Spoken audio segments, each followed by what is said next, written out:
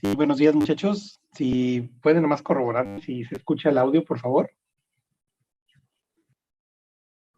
Listo, ok. A ver, recuérdenme en qué parte nos quedamos.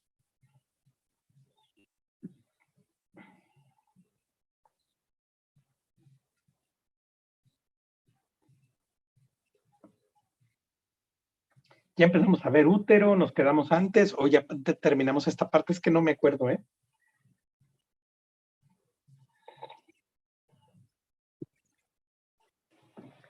Ok, bueno.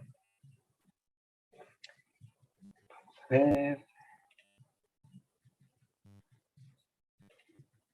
Bueno, rápidamente. Estábamos revisando la histología de lo que es el útero, ¿verdad? Mencionamos muy importante que el útero morfológicamente tiene dos regiones que son pues diferentes en el aspecto histológico, lo que es la región del cuello uterino, el cérvix uterino, y la región del cuerpo uterino, ¿verdad? Incluso los procesos patológicos suelen ser algo diferentes entre una zona y otra, sobre todo los neoplásicos, ¿verdad? Entonces sí es importante que reconozcamos que se le estudia a cada parte cuáles son sus regiones, ¿verdad? No olvidemos que el cérvix uterino tiene un orificio externo, ¿verdad? Es un canal, es un conductito, tiene un epitelio externo de revestimiento, que es un epitelio plano estratificado no queratinizado, y tenemos un canal endocervical, el cual el epitelio es diferente completamente, es un epitelio de tipo glandular. De hecho, aquí se puede ver el punto de unión, ¿sí? Se puede ver el punto de unión de el epitelio escamoso con el epitelio cilíndrico, ¿sí? Esta unión se le llama unión escamocolumnar, ¿sí? Y este punto es muy importante porque muchas de las patologías, ¿sí? Muchas de las patologías que aquejan tanto a la región externa, que es el exocervix, como el endocervix, sobre todo lo tumoral o la infección por el virus del papiloma humano, podemos ubicarlas en esta parte, ¿verdad? Y aquí vemos parte de las glandulitas que nos forma el epitelio del endocervix, glándulas ramificadas con un epitelio mucosecretor. Algo que podemos encontrar de repente por ahí dentro del tejido endocervical son la presencia de islas de metaplasia escamosa. Yo creo que sí lo han de recordar cuando lo vimos en patobiología. Platicamos dentro de los mecanismos de adaptación celular, hablamos de la metaplasia, ¿verdad? En donde se da el cambio de un epitelio maduro por otro maduro, ¿sí? Y vean cómo de un lado hay epitelio endocervical, acá hay epitelio endocervical, y aquí está una isla de epitelio escamoso. Esta es la metaplasia, ¿sí?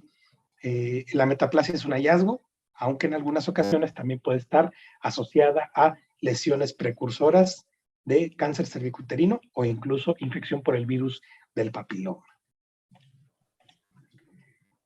Esto es lo que les decía, mucosa del cervix se acomoda formando glándulas ramificadas, ¿verdad? Entonces, esa es la estructura histológica básica de lo que es el útero, ¿verdad? El cervix, la pared uterina, lo que es el cuerpo uterino, que ya lo revisamos.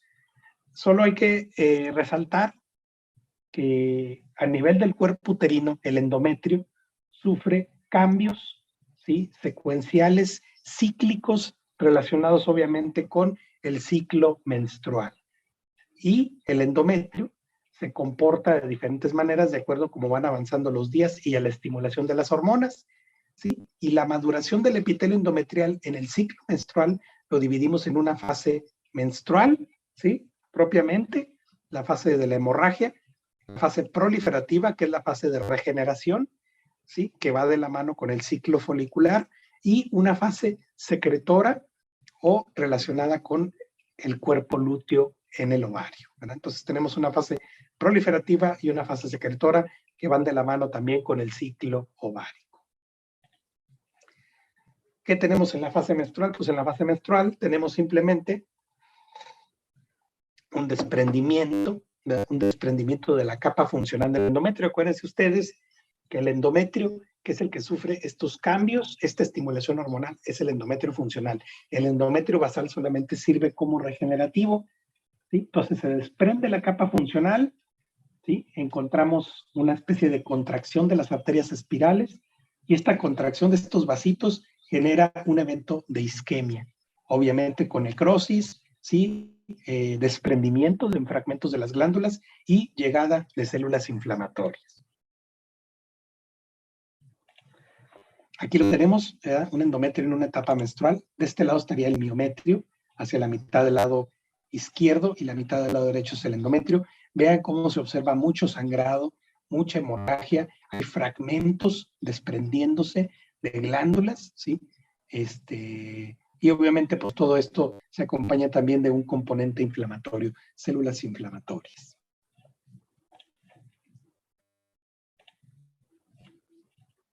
Entonces, ¿qué surge después del inicio del ciclo menstrual?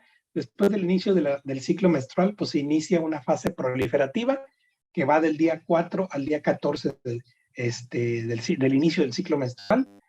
La fase proliferativa pues lleva una nueva reepitelización, se vuelve a recuperar nuevamente el endometrio funcional, ¿verdad? Se renueva la capa funcional, se reconstruyen nuevamente las glándulas y los vasos, ¿verdad? ¿Qué es muy llamativo en la fase proliferativa? Pues en la fase proliferativa vamos a tener glándulas tubulares, ¿sí? Y estas glándulas tubulares pues van a tener un revestimiento de aspecto pseudoestratificado, ¿verdad? Hay pseudoestratificación porque hay replicación celular, podemos encontrar mitosis, como aquí estoy señalando en la flechita, podemos encontrar mitosis presentes, ¿verdad? Y esto nos habla de que hay una proliferación, ¿verdad? En el estroma lo vamos a encontrar también muy celular, ¿verdad? Muy celular, y de hecho en el estroma también podemos encontrar la presencia de mitosis. Hay replicación porque es un proceso de regeneración del endometrio. Pues después de la ovulación viene la fase secretora o la fase lútea, que se extiende del día 15 al día 28. El endometrio se va haciendo cada vez más grueso, ¿verdad? Suele verse edematoso, ¿verdad? Y pues las glándulas dejan de tener replicación y se van adosando una tras de otras, se vuelven tortuosas y empiezan a ramificarse porque empiezan a guardar secreción de glucógeno, ¿verdad? Vean, aquí esta es una imagen de un endometrio secretor, ¿verdad? Posterior a la ovulación. Se ve un endometrio de buen espesor, un endometrio grueso.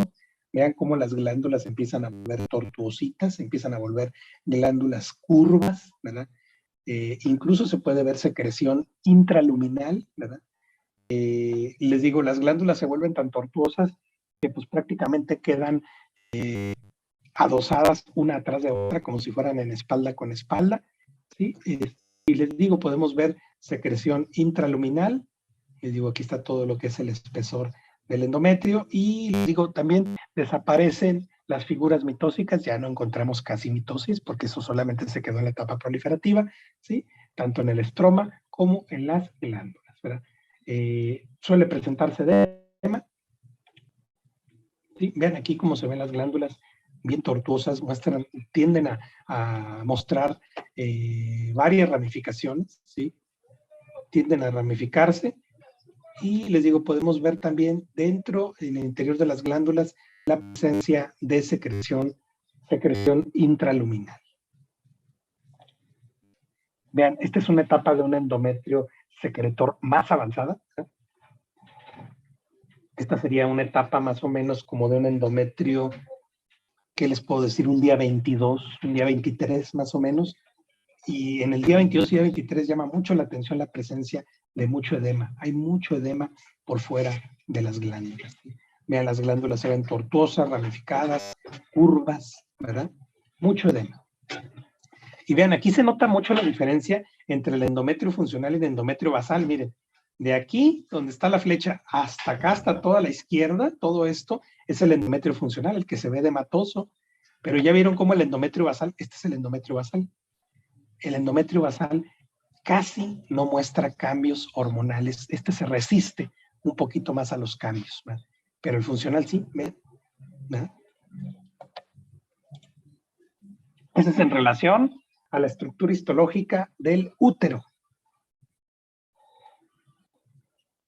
Vamos a platicar ahora de lo que es la morfología, la estructura histológica de la vagina o colon. Pues se describe como una vaina fibromuscular, ¿verdad? Esta vainita va desde el cuello uterino hasta el vestíbulo vaginal, ¿verdad? El vestíbulo, pues obviamente es una región situada entre los labios menores, ¿verdad? Muchos lo describen como si fuera un tubo fibromuscular colapsado, porque normalmente la vagina es una estructura que se encuentra colapsada. ¿Y qué le describimos a la pared de este órgano o de esta vaina fibromuscular? Pues le describimos una capa mucosa, ¿verdad? Que suele, les digo, presentar rugosidades o pliegues, ¿verdad? Y tiene un epitelio de revestimiento, que es un epitelio plano estratificado mucoso o plano estratificado no queratinizado, ¿verdad? Una característica que tiene el epitelio vaginal es que sus células sintetizan y resguardan grandes cantidades de glucógeno, ¿sí? Entonces las células van madurando y se van volviendo bien gorditas, ¿verdad? Tienen un citoplasma muy, muy claro porque guardan mucho glucógeno y posteriormente cuando completan su maduración, estas células se van desprendiendo, ¿sí? Se van desprendiendo y se van hacia el interior de la cavidad vaginal.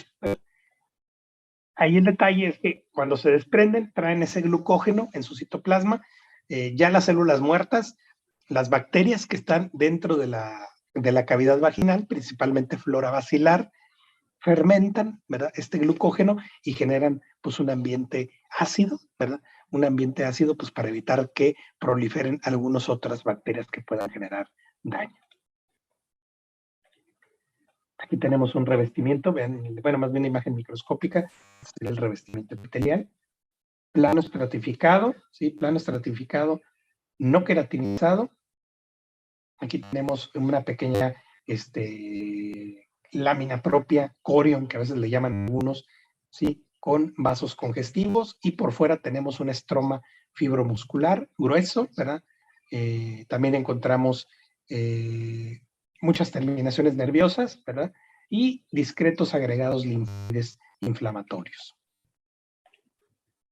Este es un acercamiento para que vean ustedes el grosor del epitelio, ¿sí? Tiene muchas capas, es un epitelio plano estratificado no queratinizado, pero les digo, llama mucho la atención la presencia de células muy gorditas con un citoplasma claro, ¿sí? Células muy gorditas y bueno, estas células resguardan gran cantidad de glucógeno conforme van madurando. Esta es la parte profunda y esta es la parte superficial. Conforme van madurando hacia la parte superficial, las células mueren, se descaman y les digo, acá en el ambiente se encuentra por lo regular una flora bacilar, que es la que se encarga pues, de fermentar ese glucógeno que traen estas células muertas y generan un ambiente ácido para evitar que proliferen otras bacterias.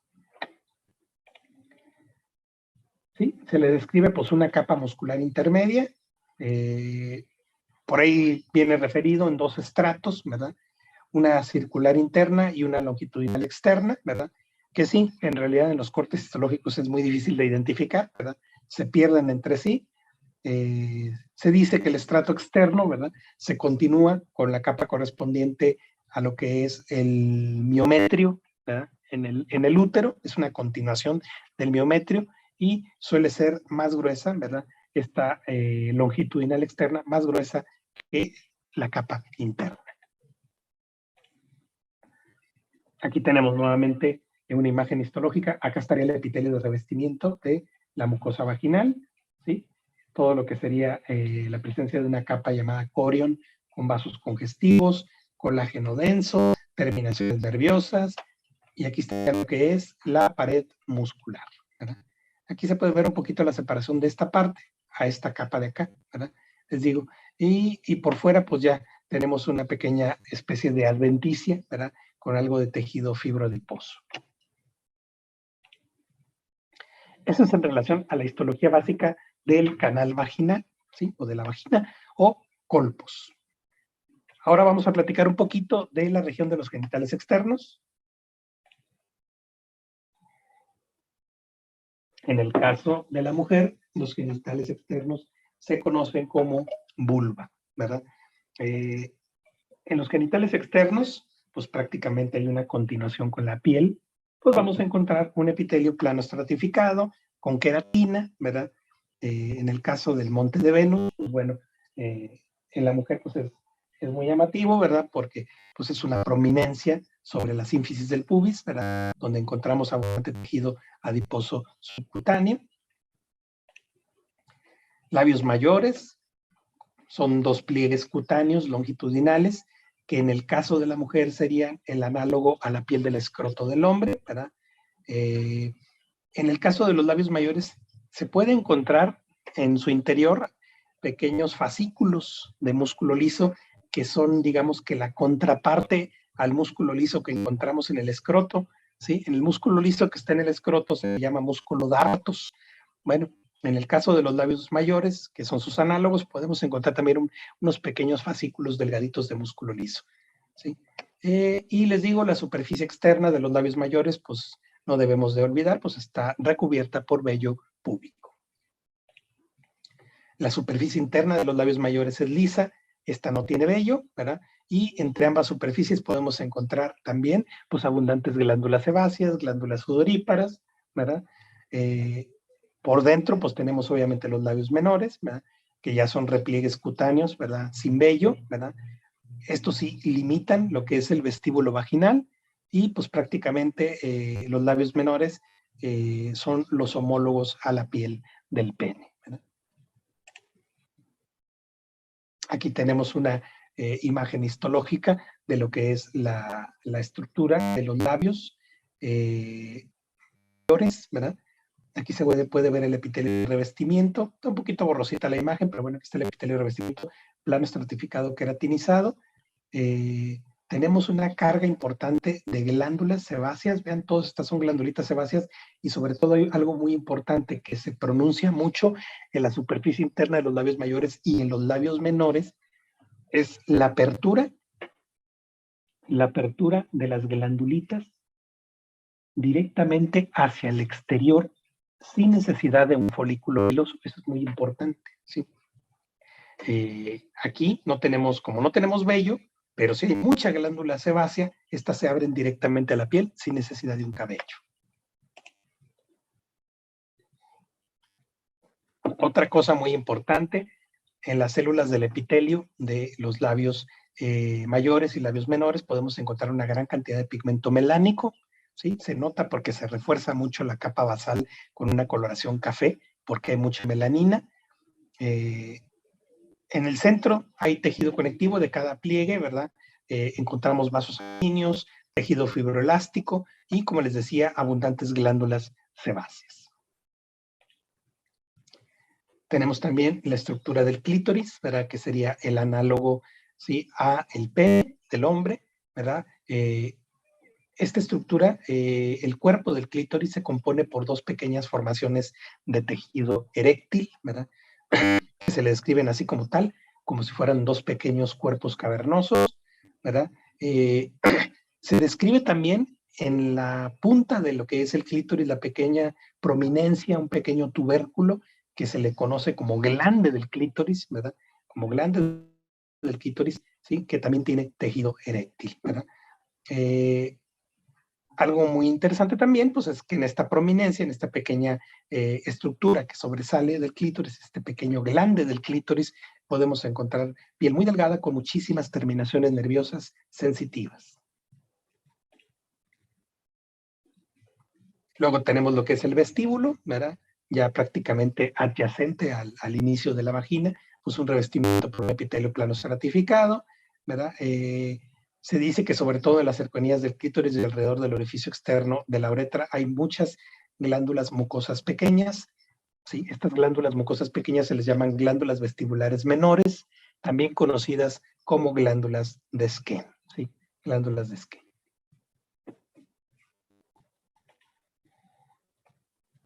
Porque también existen las glándulas vestibulares mayores. Las glándulas vestibulares mayores, pues sí, glándulas pares prominentes, se les conocen como glándulas de Bartolín. Las glándulas de Bartolín son glándulas túbulo-alveolares, ¿verdad? Pequeñitas, ¿verdad? De aproximadamente 1 centímetro de diámetro. Suelen estar localizadas en la pared lateral del vestíbulo. Permítanme.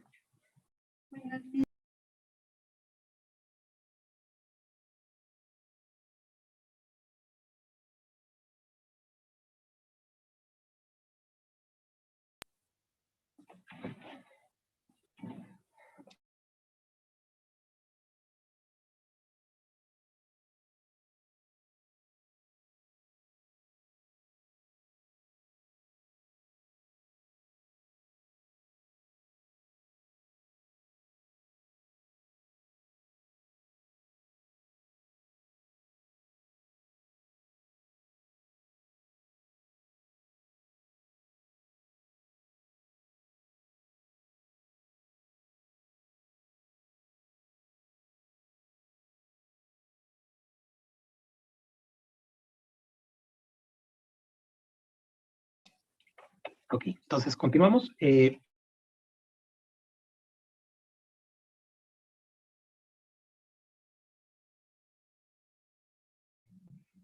Listo, pues vamos a continuar.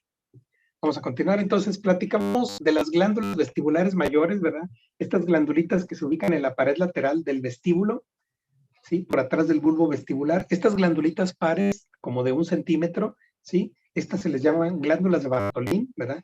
Que son las responsables de producir moco lubricante en la región del vestíbulo vaginal, ¿verdad? Adyacente a los labios menores. Estas glándulas, bueno, ya cuando ustedes lleven ginecología, pues les van a platicar que son sitio de, pues a veces muchos problemas de tipo inflamatorio en las mujeres, a veces sus conductos se tapan, a veces sus conductos se inflaman por la flora bacteriana y puede haber una especie de bartolinitis, así se le llama, bartolinitis, inflamación, e incluso algunas de ellas pueden formar hasta quistes, ¿verdad? Entonces, dentro de la patología del tracto genital femenino externo, hasta cierto punto es frecuente ver anomalías, ¿verdad? Sobre todo de tipo inflamatorio en estas glandulitas. Suelen inflamarse o infectarse. Ok, eso es en relación a los genitales externos de la mujer.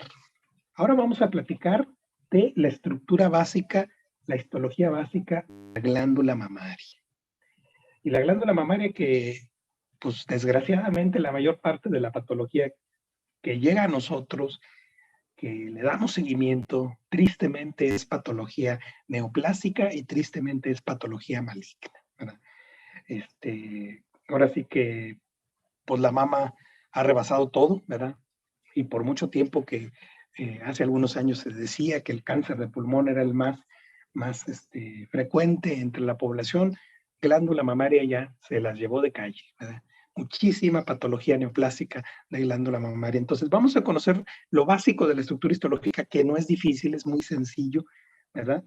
Y mencionamos por ahí la correlación de dónde se originan las lesiones más frecuentes, sobre todo de las neoplasias de mama. Pues las glándulas mamarias o mamas son una característica pues, distintiva definitivamente de todos los mamíferos, ¿verdad? Son órganos muy dinámicos, ¿verdad? Que cambian mucho su estructura, ¿verdad? De acuerdo a la edad, se rigen por los cambios menstruales, por el estado reproductivo de la mujer, ¿verdad? Por la maduración, por la aparición de los caracteres sexuales.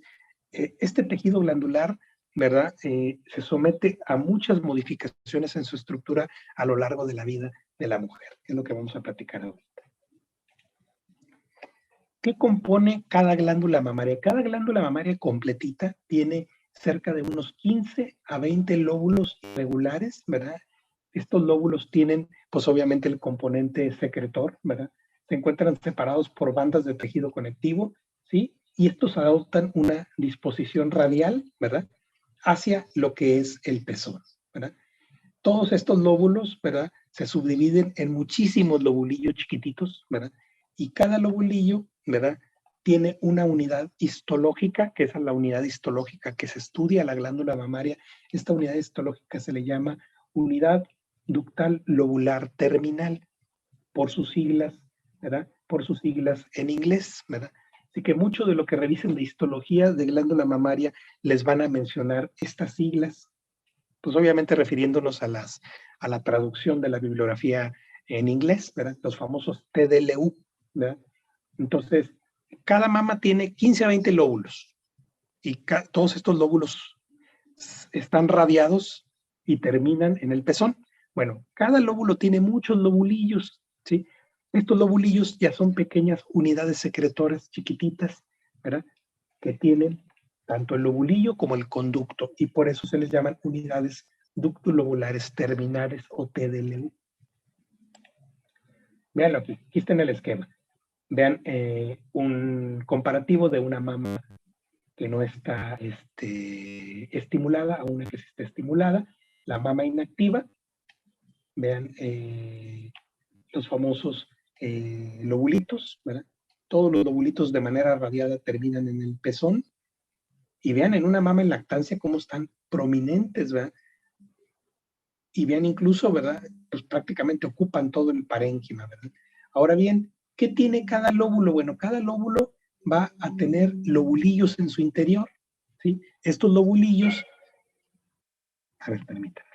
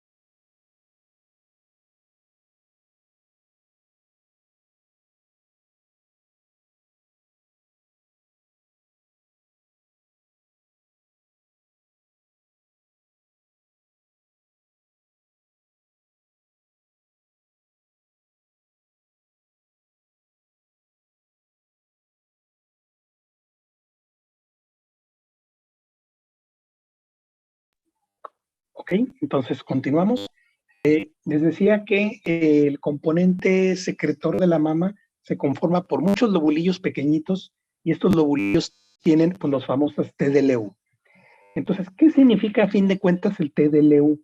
Bueno, por eso dice la palabra unidad ductal lobulillar terminal. Terminal porque esa es la última parte de la ramificación de los conductos, ya no hay más. Es la parte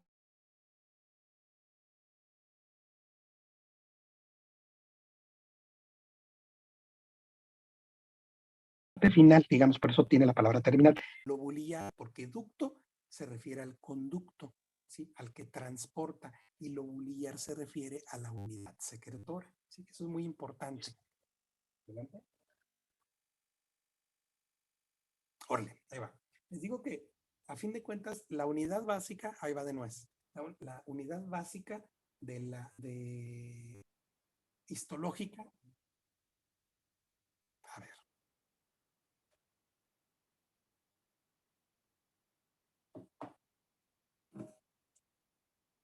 a ver, ahora sí, ¿ya se escucha ahí bien?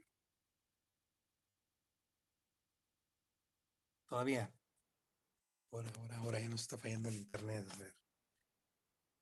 Sí, porque se supone que yo se lo tengo a buen volumen. A ver. Sí, ese es el internet.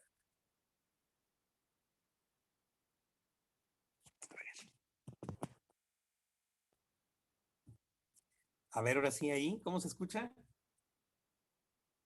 ¿Ya regresó o no regresó la señal? Sí, ya se oye más o menos. Ok. Entonces, les comentaba que en el estudio histológico de la glándula mamaria, la unidad básica es a lo que se le conoce como unidad ductal lobular terminal, o por sus siglas en inglés, que como lo van a ver así en muchas bibliografías, su abreviatura TDLU. ¿Verdad? ¿Qué se refieren esos famosos TDLU? Bueno, El TDLU es la estructura más pequeñita, la unidad más chiquitita que tiene la glándula mamaria. ¿Y qué tiene? Tiene lobulillos, tiene un grupito de lobulillos que drenan en un conducto, ¿sí? Por eso se le dice unidad ducto lobulillar, porque tiene conducto, tiene lobulillos, ¿sí? Ducto lobular, digo lóbulos, perdón, que son lóbulos secretores, son adenómeros secretores, y terminal, porque esa es la última parte de la ramificación de todo el sistema de conductos, ¿sí? Esos son los famosos TDLU. La mayor parte de la patología de la glándula mamaria surge de esos TDLUs, ¿sí? Entonces, se refiere a un conductito asociado a lóbulos chiquititos, o por eso es unidad ducto lobular terminal. ¿Ok? ¿Qué tiene rápidamente de interesante? Bueno, pues en la superficie del pezón y la areola pues hay una epidermis, epitelio plano estratificado, queratinizado. ¿Otra vez?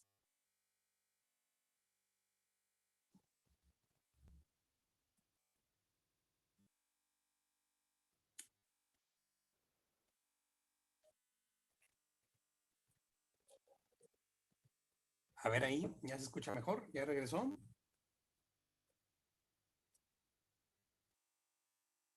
Ok, entonces, sí, les decía que platiquemos rápidamente de lo que es la estructura externa de la glándula mamaria, lo que es la piel. ¿Sí? Hay dos estructuras de interés, que es la areola y el pezón a nivel central en la glándula mamaria. En el caso del adulto, pues son pieles muy pigmentadas, ¿verdad? Algo arrugada en su superficie, ¿verdad? Y la piel en estos dos lugares suele tener grandes papilas dérmicas, ¿verdad? Que anclan la estructura del pezón. Se sabe que la pigmentación del pezón aumenta con la pubertad, ¿sí? Y suele pigmentarse cada vez más conforme se van dando los embarazos. Al igual que la areola, suele volverse más grande posterior a los embarazos. Y al igual que con esto también, incrementa su pigmentación. En la areola tiene glándulas sebáceas y glándulas sudoríparas, ¿verdad? Incluso, ¿verdad? Unas pequeñas glándulas modificadas que se les llaman tubérculos de Montgomery, ¿verdad? Que vistos, ahora sí que si lo vieran con un acercamiento, con una lupa, ¿verdad?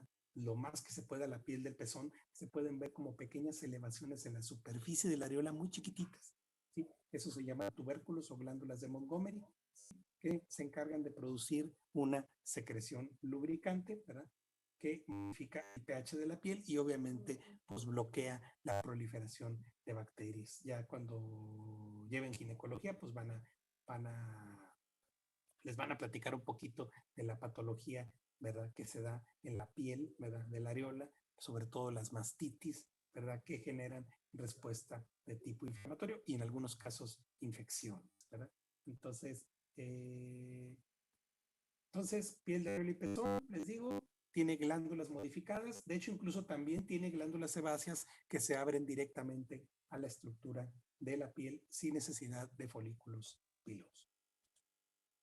Aquí se ve rápidamente lo que es la estructura del revestimiento del epitelio. Vean incluso cómo se ven las glándulas sebáceas que se abren directamente sin necesidad de folículo piloso. Aquí estaría lo que es la dermis. Y de hecho aquí se pueden observar los grandes conductos que drenan la leche del pezón, ¿verdad? Serían los famosos senos galactóforos, ¿verdad? Grandes conductos dilatados, y estos son los que albergan y almacenan parte de la leche. Y vean la dermis, una dermis muy, muy colagenosa. Aquí se puede ver el epitelio, plano estratificado, aquí está arriba la queratina, y noten ustedes cómo hay una pigmentación muy importante en el estrato basal, ¿verdad? Esto es muy llamativo, les digo, después de la pubertad, incluso se da más pigmentación conforme la mujer tiene más embarazos, ¿sí? O incluso va avanzando en su edad. Aquí está, entonces, en el caso del tejido mamario, nuestra unidad histológica básica va a ser el TDLU, unidad lobulillar del conducto terminal, ¿verdad? ¿Qué corresponde? Pues una pequeña aglomeración de alvéolos secretores, ¿verdad? Y de conductos terminales, ¿verdad? Y todos estos se acompañan o se rodean de estroma de tejido conectivo, ¿sí? ¿Qué tiene de importante estas unidades TDLU o unidades ductolobulirares terminales? Bueno, pues tienen un epitelio de revestimiento, que es de lo que vamos a platicar ahorita. Veo que queda menos de un minuto. ¿Se conectan con el mismo link, por favor?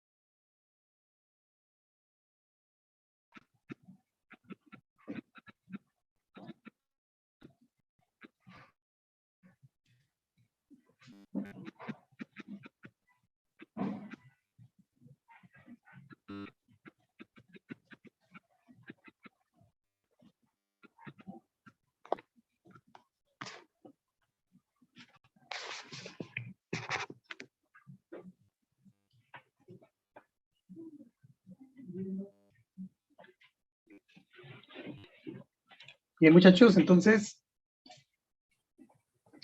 vamos a continuar.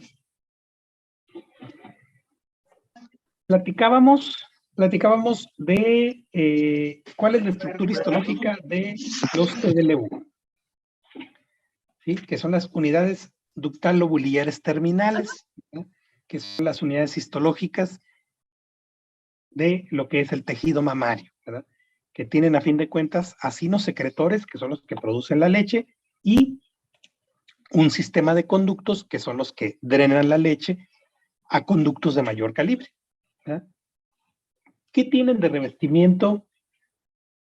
Pues ahora sí que los acinos, los conductos, nos vamos a encontrar células de revestimiento epitelial, células de epitelio glandular, ¿sí? Que son las que se encargan de producir la leche por un mecanismo apocrino de secreción, y estas a su vez se rodean por fuera por unas células alargadas, con filamentos contráctiles, ¿verdad? Que se llaman células mioepiteliales, ¿verdad? A fin de cuentas, la contracción de la célula mioepitelial es la que va a ayudar a que se drene la leche con más facilidad y esta vaya pasando a conductos de mayor tamaño. Aquí tenemos una imagen, ahora sí, de un lobulillo, ¿verdad? Vean, aquí está lo que son los acinos productores de la leche, ¿verdad? Un conducto, ¿verdad? El estroma colagenoso que lo rodea, ¿verdad? Esta es una mama obviamente no lactante, ¿verdad? Se observa que hay mucho tejido conectivo por fuera, el lobulillo, no se observa secreción, ¿verdad? Es ahora sí que un lobulillo de una mama que no tiene estimulación hormonal. Aquí, por ejemplo, el comparativo con una mama lactante, miren. Vean, está repleto de acinos y conductos, prácticamente están espalda con espalda. Algunos de ellos tienen hasta secreción, se puede ver secreción intraluminal. Y si ustedes observan, el citoplasma de las células está repleto de un material, ¿sí? Que no se tiñe, ¿verdad? Que es el material de la secreción láctea, ¿verdad? Todas las células muy gorditas, y les digo, componentes acinares, glándulas y conductos, espalda con espalda, en una glándula mamaria secretora o lactante. Vean aquí más cerquita, miren, aquí se puede ver la secreción intraluminal, el sistema de acinos y conductos pegaditos uno con otro, el revestimiento epitelial, y les digo, por fuera del epitelio, déjenme ver a ver si encuentro una que se vea por aquí. Miren, por ejemplo aquí, este acinito que está aquí, miren, este sería el revestimiento de células epiteliales, y por fuera podemos ver un núcleo alargado, este nuclito alargado, ese es el núcleo de una célula mioepitelial, ¿sí? Estas células son importantísimas porque su contracción ayuda a que se transporte más fácil, ayuda a ese proceso de eyección de la leche, la salida de la leche, y su transporte que sea más fácil en el sistema de conductos. Entonces, ¿qué ocurre en la fase folicular del ciclo menstrual? Pues los estrógenos circulantes estimulan la proliferación de los conductos, ¿verdad? De los elementos epiteliales de los conductos. Posterior a la ovulación, pues en la fase lútea, la progesterona estimula el crecimiento de los alvéolos, ¿sí? Y el estroma se vuelve más edematoso. Entonces, en un inicio, en la fase inicial, ¿verdad? El estrógeno propicia la proliferación de conductos, y posteriormente la progesterona junto con el edema hace que en la fase lútea, sí, todos los alvéolos, los acinitos, se vean más prominentes. Entonces, desde el punto de vista clínico y durante la fase lútea, muchas de las mujeres notan dolor a la palpación y un aumento progresivo del volumen del tejido mamario, ¿verdad? En algunas más, en otras menos, ¿verdad? Pero es con relativa frecuencia, ¿verdad? Que algunas mujeres se quejen mucho de mastalgia, de dolor en sus mamas, sobre todo en la fase lútea, sí, posterior a la ovulación, porque el tejido mamario es más prominente, está más hinchadito, más edematoso. Durante el embarazo, el cuerpo lúteo y la placenta producen estrógenos y progesterona de forma continua, y hay un aumento masivo de los TDLUs. Hay una proliferación importante de acinos y conductos, y ahora sí que aumentan en una cantidad exponencial los TDLUs, las unidades ductal lobuliar terminales, obviamente con el objetivo de tener más acinos para producir leche. La pérdida súbita de secreción de estrógenos y progesterona justo después del parto, ¿sí? Permite que la prolactina, esta ya producida a nivel de la pituitaria, ¿verdad? Asuma una función lactógena, ¿verdad? Ya después de que la mujer tuvo a su bebé, ¿sí? La hormona entra en juego para facilitar este movimiento, y esta producción láctea se la debemos a la prolactina, ¿verdad? También la producción de leche por secreción importante de la hormona de crecimiento e incluso esteroides, ¿verdad? Aquí tenemos una mama lactante. Vean todos los acinos, ¿verdad? Pegaditos uno con otro, ¿verdad? La secreción como se observa, ¿verdad? Vean el epitelio incluso, ¿verdad? Las células están altas, ¿verdad? El citoplasma claro por el material que están almacenando, ¿verdad? Vean, incluso aquí se puede ver un conducto grande, ¿verdad? Entonces, esta es una imagen de una mama lactante.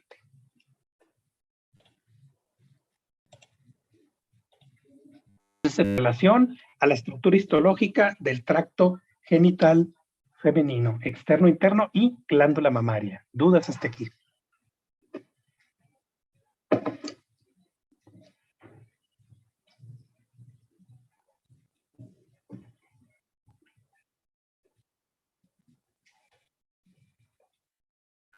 Todo bien. Bueno, vamos a continuar porque ahorita nos vamos a tener que retirar un poquito antes porque voy a ocuparme en un procedimiento. Vamos a ver cuánto avanzamos ahorita, unos minutos, y ya nos acomodamos para ver si en la siguiente semana, o en esta misma semana, terminamos de revisar el programa. Vamos a ver a continuación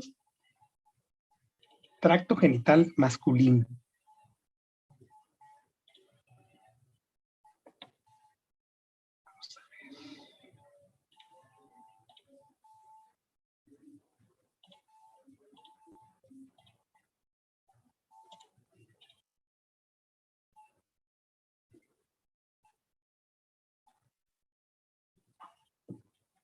Sistema reproductor masculino.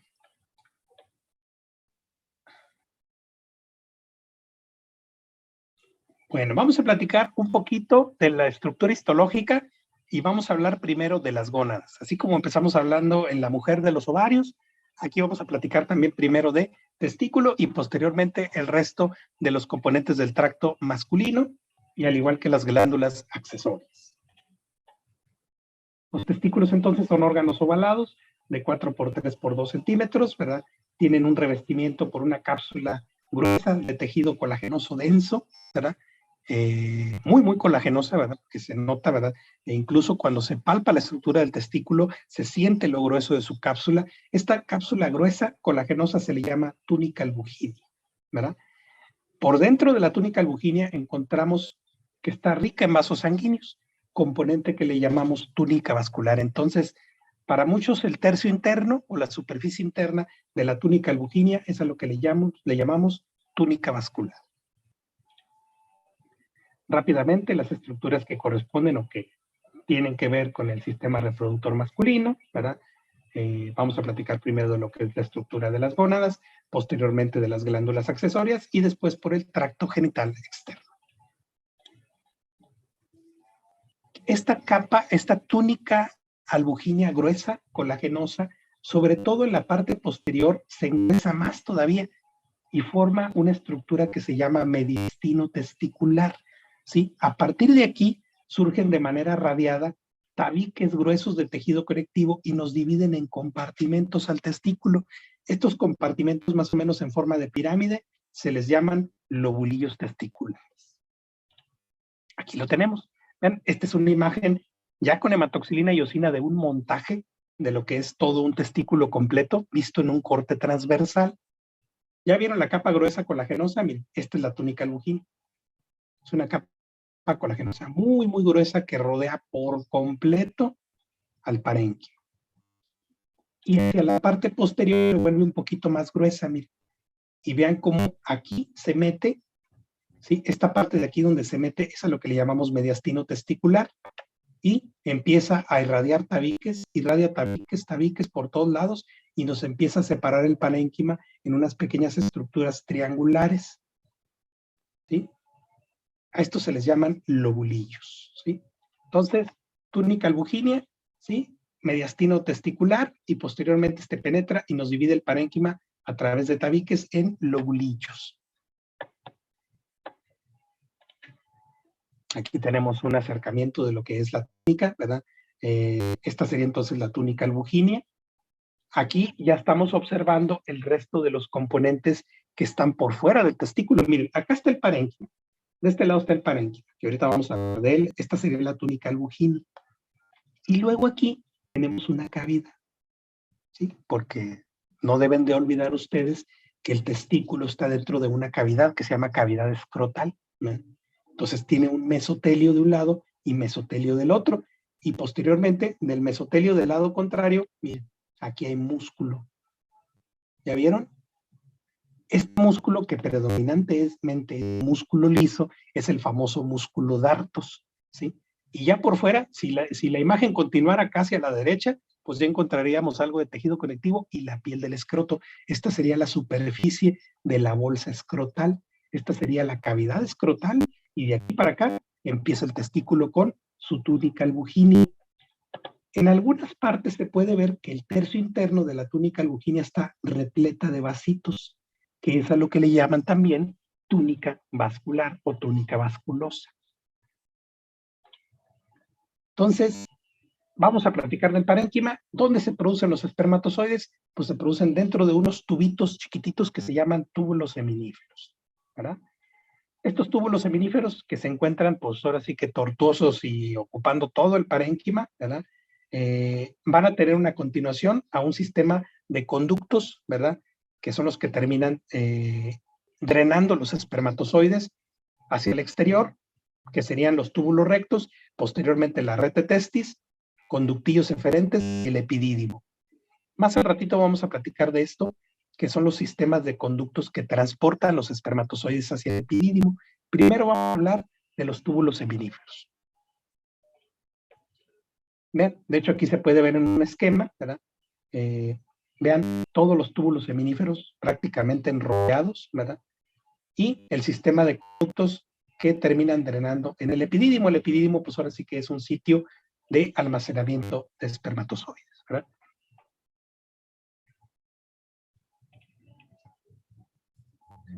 Pues cada testículo recibe su riego sanguíneo de una arteria que es la arteria testicular, ¿verdad?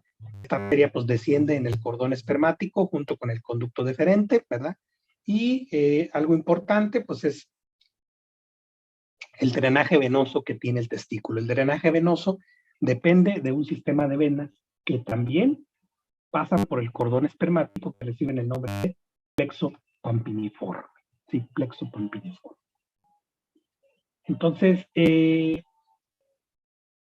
estas estructuras que van en el cordón espermático, vamos a hablar un poquito más adelante de ellas. El pampiniforme da muchos problemas, ya cuando lleven uro, les voy a platicar un poquito más de esto, ¿verdad? Porque es una causa de cirugía a nivel de urología, que estas venas del plexo pampiniforme se dilaten y a veces originen el famoso varicocele, que pues esto se traduce clínicamente con molestias y con dolor testicular, que a veces puede incluso comprometer el riego sanguíneo del testículo, ¿verdad? Entonces, los túbulos seminíferos se definen como unas estructuras de 30 a 70 centímetros de longitud, unos tubitos muy delgaditos microscópicamente, muy delgaditos pero muy largos, ¿verdad? Un diámetro pues obviamente no visibles, ¿verdad? Pero sí en longitud de hasta 70 centímetros, ¿verdad? Todos estos túbulos seminíferos se encuentran fuertemente empaquetados y enrollados dentro del testículo, dentro de la túnica albuginea, y estos túbulos seminíferos histológicamente tienen una pared que se compone por una capa de tejido conectivo delgado, que se le llama túnica propia, ¿sí?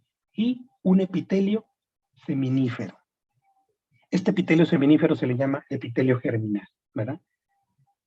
Por fuera del epitelio germinal vamos a encontrar una membrana basal gruesa, ¿sí? Aquí en este sitio la membrana basal sí es una membrana basal muy prominente. Entonces, aquí sí aplicamos el concepto de epitelio seminífero como epitelio germinal, que sí es correcto, ¿verdad? ¿Se acuerdan que cuando platicamos de ovario les dije que el epitelio de superficie se llama epitelio germinal, ¿verdad? Porque antes se pensó que de ahí originaban las células germinales, pero ya en la actualidad sabemos que no, ¿verdad? Pero el concepto se quedó ahí, ya no lo quitamos, ¿verdad? Pero en el caso de los hombres, el epitelio germinal sí es el epitelio seminífero, y en el epitelio seminífero sí encontramos las células germinales. Entonces aquí sí, el epitelio germinal sí coincide en el aspecto histológico. Y les digo que en el caso de la mujer es un concepto que sigue estando ahí y no se ha eliminado, ¿verdad? Ustedes revisen los libros que quieran de histología o de patología ginecológica, y el concepto de epitelio de superficie, epitelio germinal en el ovario, sigue vigente, ¿verdad? Y bueno, son cosas que, pues, mientras no se modifiquen, pues ahí van a estar, ¿verdad? ¿Qué tiene este epitelio germinal en el hombre o epitelio seminífero? Bueno, pues tiene varias capas de grosor y se compone por dos tipos de células. Las células de Sertoli, que son las células sustentaculares, las células de soporte, las células de sostén, y las células espermatógenas. ¿Qué son las células espermatógenas? Pues obviamente son los espermatozoides en diferentes estadios de maduración, ¿verdad? Vamos a platicar primero de las células de Sertoli, ¿verdad? Se describen como células cilíndricas, son altas, tienen muchos plegamientos, ¿verdad? Son células que prácticamente, si las viéramos con una microscopía electrónica de barrido, son células que tienen muchos tentáculos, tienen muchos plegamientos en sus membranas laterales y esto permite que el túbulo seminífero genere espacios o genere compartimentos. Ahorita lo vamos a ver.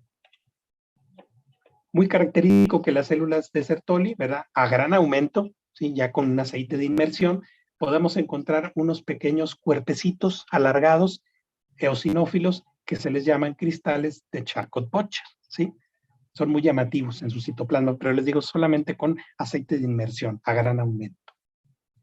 Y les digo, los fuertes plegamientos que tienen en sus membranas laterales, sus tentáculos, permiten también o contribuyen a formar la barrera hematotesticular, ¿verdad? Y también nos divide el túbulo seminífero en compartimentos. Ustedes saben que la barrera hematotesticular es una barrera que separa, ¿verdad? Una barrera gruesa, acompañada también de la membrana basal, y esta nos separa a las células germinales del sistema inmune, ¿verdad? Y aquí tenemos una de las primeras imágenes, ¿verdad? De lo que son los túbulos seminíferos. El túbulo seminífero va desde aquí, tenemos dos, este de acá es uno y este de acá abajo es otro, ¿verdad? Acá estaría la luz del túbulo seminífero, en este de arriba, y en el de abajo la luz estaría de este lado. Todo este es el epitelio germinal, el epitelio seminífero. Y yo creo que si ya le echan imagen, pueden darse cuenta que ya se pueden ver ya algunos espermatozoides más maduritos, miren. Estas son las células de Sertoli. Y estas también son células espermatógenas en estadios de maduración. De hecho, algunas de ellas son muy llamativas porque pues, ya lo vieron, miren. Están en muchísimas mitosis. Hay mucha mitosis.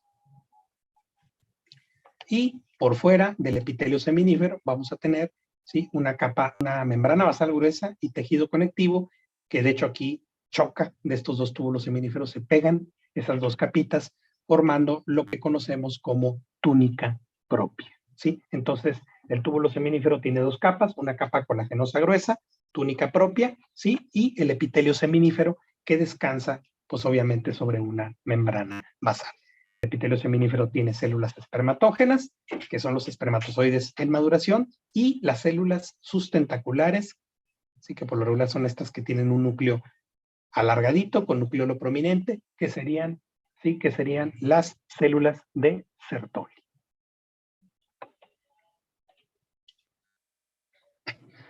Las células de Sertoli entonces pues brindan un apoyo físico y nutricional a las células germinales, por eso a las células de Sertoli también se les llaman células sustentaculares, ¿verdad? Son importantes en el proceso de maduración de los espermatozoides.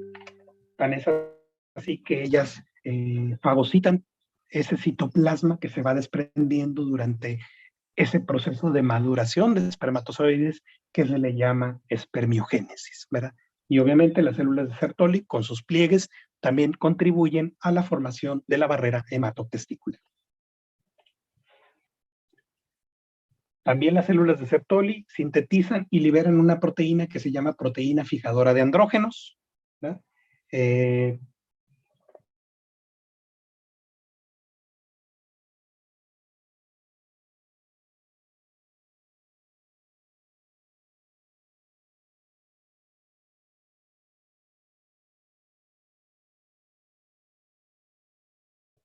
También síntesis y liberación.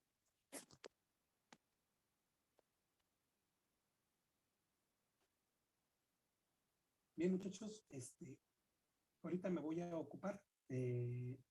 Vamos a continuar entonces. Ahorita el jefe de grupo me pasa por favor el itinerario y vamos a ver si nos acomodamos para la siguiente semana. Ahorita sí me voy a tener que retirar un poquito antes y seguimos platicando de testículos. Ya nomás nos va a quedar revisar parénquima testicular y revisar lo que es páncreas. Es lo único que nos quedaría pendiente. Entonces, les encargo por favor, el jefe de grupo, para que se acerquen vía WhatsApp y para ver los espacios y continuar avanzando. ¿Sale? Gracias. Sí, sí está bien, doctor, gracias. Bye. Bye.